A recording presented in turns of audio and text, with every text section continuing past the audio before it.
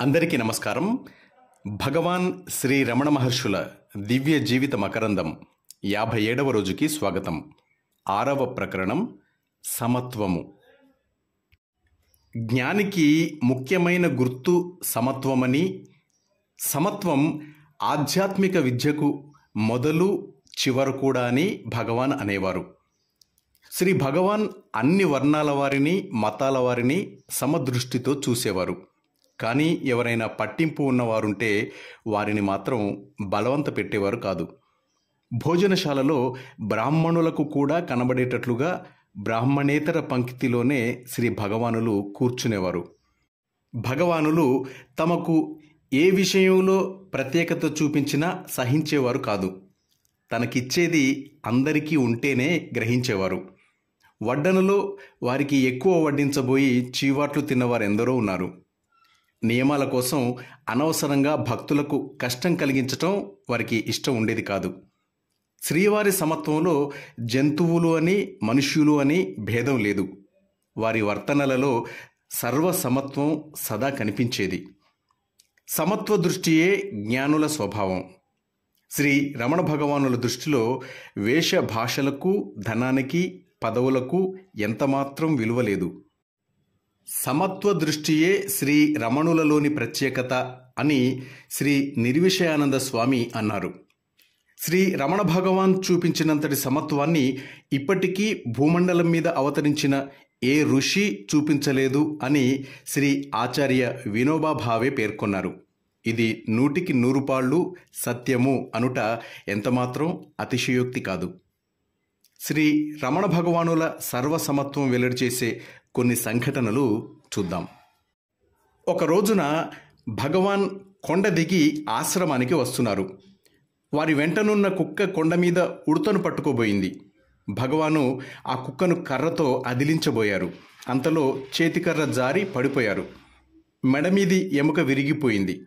డాక్టర్లు కట్టుకట్టి 4 రోజులు కదలనివ్వలేదు. ఆ తర్వాత మెల్లగా భోజనశాల దాకా నడవనిచ్చారు. ఆ రోజుల్లోనే ఆశ్రమంలో గుడి ముందు భగవానుల కొరకు కడుతున్న హాలుకు 4 స్తంభాలు లేపి పూజ చేస్తున్నారు. డాక్టర్ల అనుమతితో భగవాన్ను మెల్లగా అక్కడికి తీసుకువెళ్ళి కూర్చోబెట్టారు. చాలామంది భక్తులు కూడా అక్కడికి వచ్చారు. వారిలో కొండపై ఉన్న స్కందాశ్రమాన్ని బాగు చేస్తున్న ఒడ్డేతను కూడా ఉన్నాడు. పూజ అయిపోయిన తర్వాత భగవాన్ వెళ్తుంటే ఆ ఒడ్డేతను, ఈ హాలు కట్టేవాళ్ళు గొప్పవారు, వీరు చేసిన పని చూడటానికి భగవాన్ వచ్చారు. కొండపైన స్కందాశ్రమంలో చేసే నా పని, నా శ్రద్ధ భగవాన్ ఎట్లా చూస్తారు? భగవాన్ కొండ మీది ఆశ్రమానికి వచ్చి ఎంతకాలమైందో, అయినా ఎందుకు వస్తారు అని ఆ ఒడ్డెతను మనసులో అనుకున్నాడు. సర్వజ్ఞుడైన భగవాన్ను అతని మనోవేదన కదిలించి వేసింది. ఈ సంఘటన జరిగిన 4 రోజుల తర్వాత మెడ ఎముక బాధ పెడుతున్నా కూడా ఒకనాటి మధ్యాహ్నం మండుటెండలో స్కందాశ్రమానికి బయలుదేరారు భగవాన్. భగవాన్ వెంట సేవకుడు రంగస్వామి, మరొక భక్తుడు ఉన్నారు.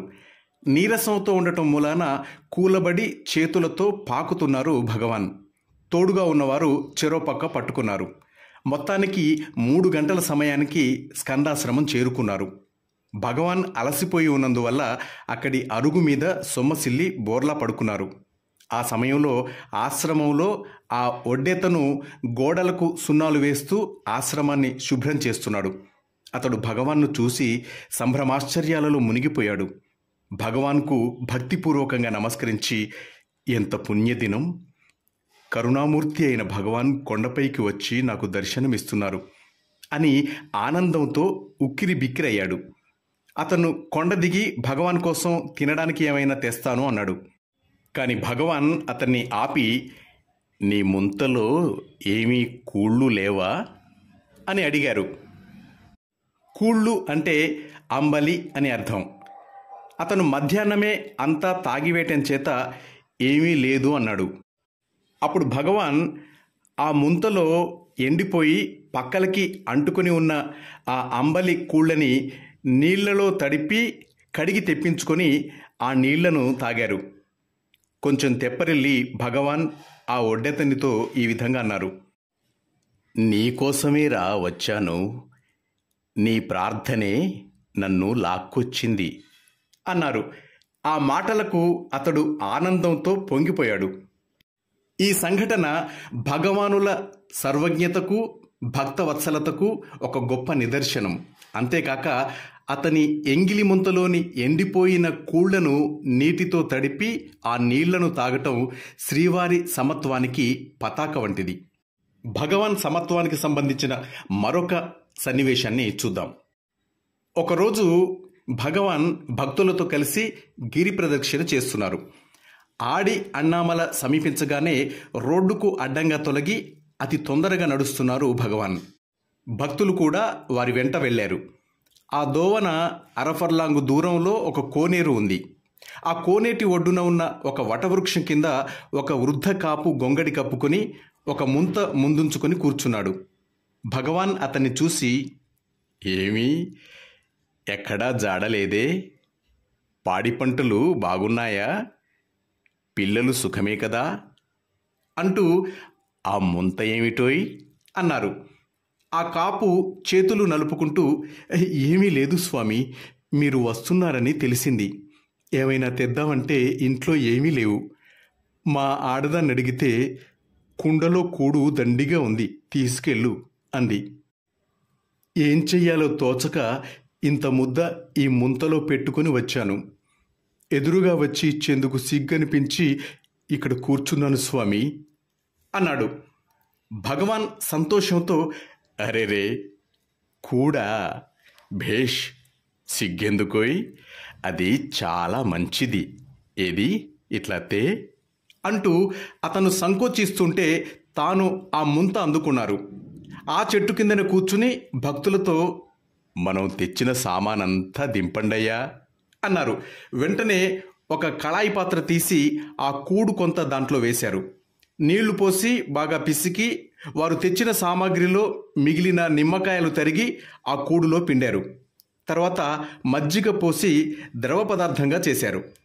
ఆ తర్వాత దాంట్లో కొంత ఉప్పు, శొంఠి వేసి ఒక లోటాతో ముంచి తాగుతూ, ఆహా, ఎంత రుచిగా ఉంది అంటూ భక్తులందరినీ చూసి, మీరంతా ఆ పాలు, చక్కెర కలుపుకొని తాగండయ్యా, సామాను ఖాళీ అవుతుంది అన్నారు. అది చూసి భక్తులు, ఇవి భగవాన్ తీసుకోరా అన్నారు. మనకు ఈ కూడుందిగా, ఇంకా అదెందుకు, ఇది ఫస్ట్గా ఉంది, వడ తీరుతుంది, బలకరం కూడాను, ఎన్నో సుగుణాలున్నాయి ఇందులో, మీకు ఇది బాగుండదు కనుక అవి తాగండి, నా వంతు పాలు, చక్కెర ఆ వృద్ధునికి ఇవ్వండి అన్నారు భగవాన్. భగవాన్ చెప్పినట్లు ఆ కాపుకు ఆ పాలు, చక్కెర ఇచ్చి వారు కూడా పాలు తాగారు. భగవాన్ ఆ కాపుతో మాట్లాడుతూ 2-3 లోటాలు తాగారు. కడుపు నిండిపోయిందయ్యా, రాత్రికి అన్నం కూడా వద్దనిపిస్తోంది, మిగిలింది ఇంటికి పట్టుకుని పో అని ఆ శేషాన్ని ఆ కాపుకు ఇచ్చారు. పొంగి పొర్లిపోతున్న ఆనంద బాష్పాలు తుడుచుకుంటూ అమృతతుల్యంగా దాన్ని గ్రహించి అతడు వెళ్ళిపోయాడు. అదంతా చూస్తున్న భక్తులు, కృష్ణుడు కుచేలుని కొంగు విప్పి అటుకులు తిన్నాడని వ్యాసుడు భాగవతంలో ఎంతో ప్రశంసిస్తూ రాశాడు. ఈ ప్రభుని కరుణా విలాసాలు చూస్తే ఇంకా ఎంత రాసేవాడో అని అబ్బురపడిపోయారు. మాస్టర్స్, తరువాతి భాగాన్ని రేపు విందాం. అంతవరకు సెలవు తీసుకుంటూ మీ నవీన్, వరంగల్.